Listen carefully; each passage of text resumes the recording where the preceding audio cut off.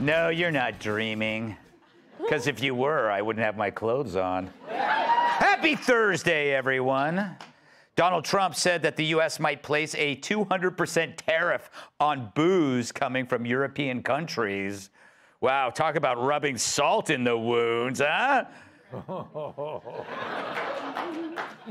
First you take her job, now you take her booze. What's next? Banging nannies.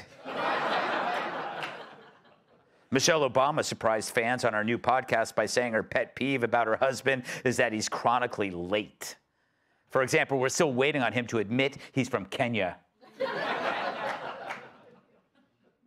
And as for Barack's pet peeve about Michelle, he's mad that she keeps leaving the toilet seat up. When she cleans it. When she cleans it. Whoopi Goldberg attended the grand opening of New York's Planet Hollywood. Well, it's not like you'd see her at a grand opening for Planet Fitness. Aww. Eric Adams was also there, not for the party, but to apply for a job as a server. Not doing well. Neither did that joke. It appears Tim Walz will be holding town halls in Republican House districts, unless he's on his period. Hordes of anti-Israel protesters stormed a Trump Tower earlier today. Cops quickly dispersed the crowd by handing out free copies of Jesse's book. The high school runner who hit her opponent on the head with a baton faces assault and battery charges, but claims it was all an accident. She actually meant to shoot her.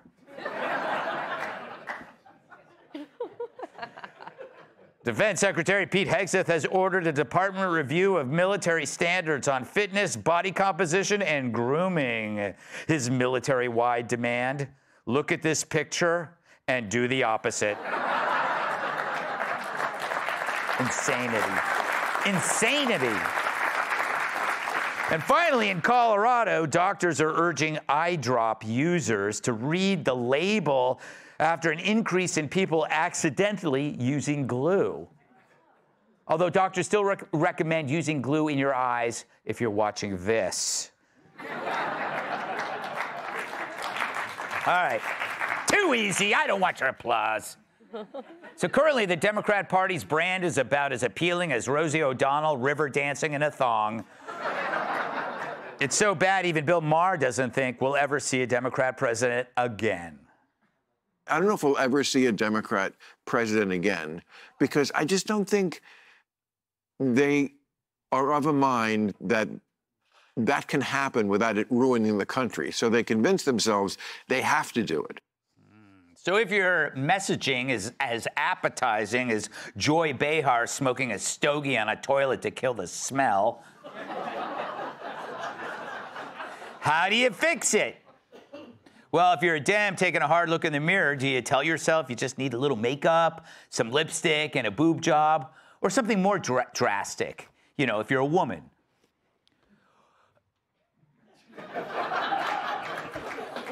That was silence. A lot of women in the crowd. Yeah.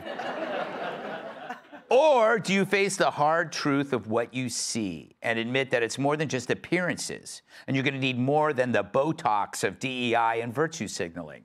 Because, Dems, let's be honest, you really let yourselves go.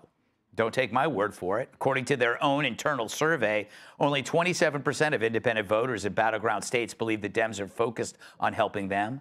27%. I'm not sure it's physically possible to be less popular. And while MSNBC will tell you Kamala only lost because America's not ready for a woman of color with a lobotomy, the truth is Trump won every swing state and pretty much every Democratic demographic shifted significantly to the right. So, Dems, if you truly believe that Trump is Hitler, what does it say about you that you lost to Hitler? That's right, Hitler has a higher approval rating than you. So you need more than a makeover. You need to put a stick of dynamite in your mouth, light it, and then start over with a whole new head. That's funny. You need to swap out your entire political DNA. If you're a car, you don't need a new paint job, you need a whole new car. If you're a restaurant, you don't need a new sign, you need a whole new cuisine. And if you're a political party, you don't need a new messenger, you need a new message.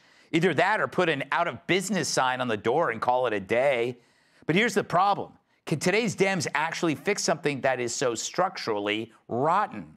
Because the problem for the left is their explicit intention to make everything about politics. Work, play, sports, weather, relationships. There's literally no aspect of American life that today's left doesn't infuse with their radical. Only today's progressives could ruin something as fun as an orgy. But Americans aren't like that. If our lives were a house, politics takes up one small room. Perhaps it's the basement or the attic, where you keep it locked up like a feral hog Anna Navarro keeps in her pantry. Americans never used politics as the prism for who we hang out with, where we eat, or who we would give a kidney to. Oh. And how do you know when politics has superseded life? When you won't stand and clap for a kid with cancer. That's almost as bad as lending Jerry Nadler a pair of white underpants. Wow. Don't ask for them back. Ew, gross. Unless you collect them. But that's the overriding sentiment now in every facet of life. Because they made politics personal. That means while we're enjoying football, they're obsessing about how the team name is offensive to marginalized people, like the Vikings. But we're not thinking politics all day, if at all. We're not holding cringy public sing-ins so that everyone can see how righteous and off-key we are. We don't inject cliched slogans into every conversation while telling those who didn't vote for us that their brains are undeveloped and that in their hearts they're all just racist Nazis. But the Dems did. No wonder they were humiliated in November. You had it coming. You just told 52% of the electorate that we're either evil or just too stupid to see how obviously awful everything is, including us. So as you look for advice, the best shrink may be the person you hate most, Trump. His actions reveal the path forward for the Democrat Party. He focused attention on the true priorities of a country: economy, trade, immigration, crime, taxpayer abuse. And no, it's not pronouns, DEI, or trans rights. All of that looks absurd by comparison. Hell, they're absurd on their own. They're just phony theater kid obsessions that no adult takes seriously. So you can't make any progress until you replace your tortured aims with ones rooted in reality. The question is, can you? Or has the virus replaced the host? Because it's time to look back in that mirror and admit to yourself, it's too late for a new look. It's time for a new me. Let's welcome tonight's guest. In high school, he was voted most likely to pay alimony. Actor, writer, comedian Jamie Lissow. He's the inventor of the hands-free prostate exam. Chief Patient Officer at the wellness company, Dr. Drew Pinsky. Her favorite snack is a knuckle sandwich. UFC reporter Charlie Arnold. And bears give each other Tyrus hugs. New York Times bestselling author, comedian, and former NWA world champion.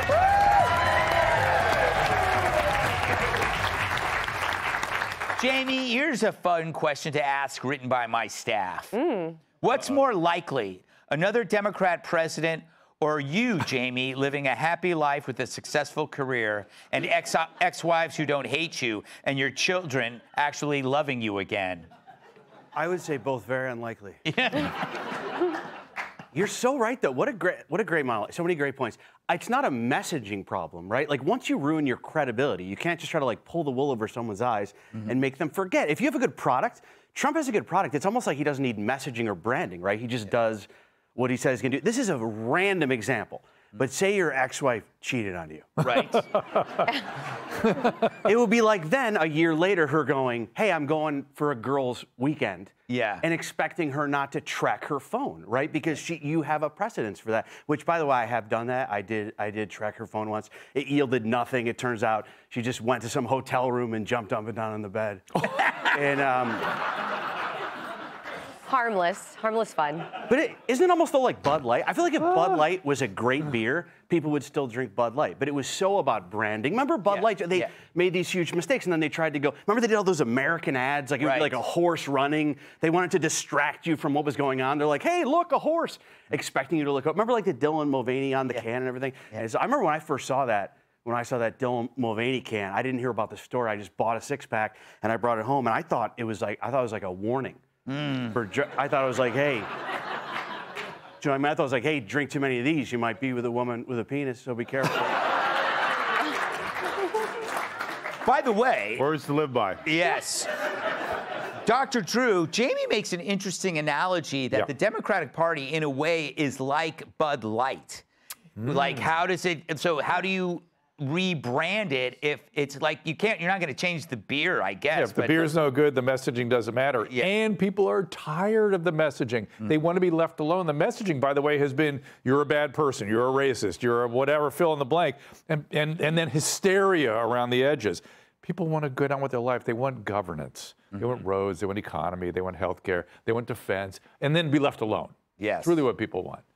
And same thing from Dylan Mulvaney. Leave us alone. Yes. You know, Charlie, though, the thing is, the Dems can't actually go into the world of common sense because that's all staked out. So they kind of are stuck on the outside with, like, peripheral issues. So maybe the party's doomed. I think the party is doomed. This week, they're actually getting together for their annual issues meeting. They like to call it their annual policy retreat, but I feel like for it to be a retreat, it has to be peaceful and relaxing. So that doesn't really make sense to me to call it a retreat. I feel like they have just taken such a hard stance on such insane points of view, where they're just trying to grab at straws for the people that don't align themselves with Trump, the people that aren't of the common sense camp. Come on this way. But there's more to it, and Jamie, I think you alluded to it. It's a credibility issue. It's not just messaging and taking these strong There's stances. something super simple they could do. Just listen to Fetterman. Yeah. I mean, he's saying things that make sense. Just go along with that. Start there. Start with that. Well, they've just been lying, outright lying for so long. I mean, even choosing to run a dead man as the leader of the greatest country in the world, rather than putting voters' We haven't even seen him. best interests first, right? Yeah. Are you sure they didn't bury him by accident, not Jimmy Carter? We have no idea at this point. We don't.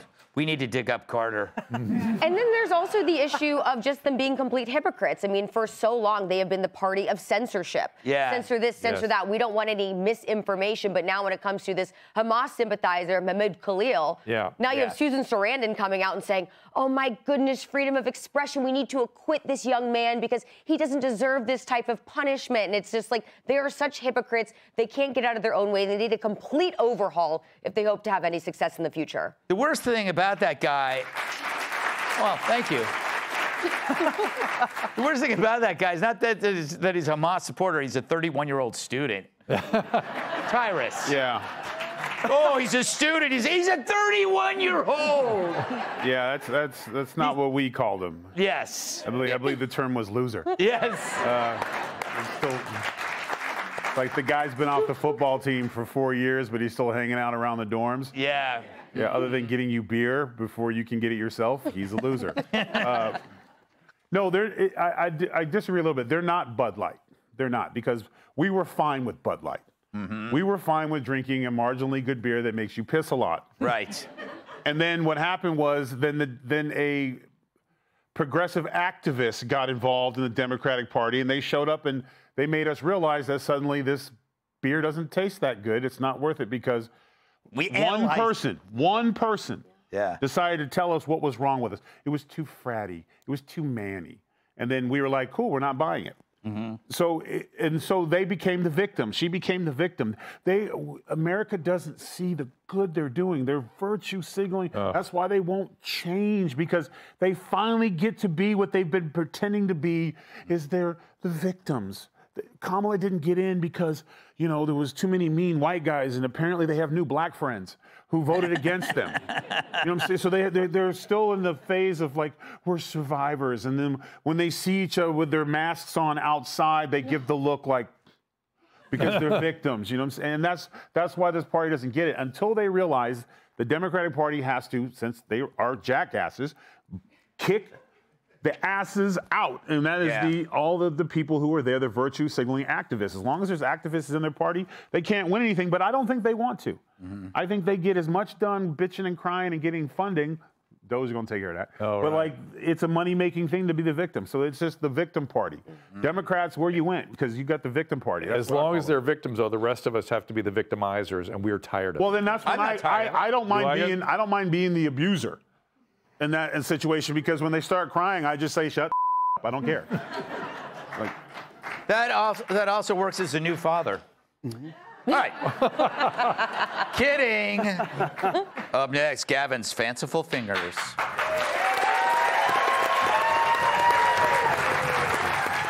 If you'll be in the New York area and would like tickets to see Gutfeld, go to foxnews.com/Gutfeld and click on the link to join our studio audience. Hey, Sean Hannity here. Hey, click here to subscribe to Fox News YouTube page and catch our hottest interviews and most compelling analysis. You will not get it anywhere else.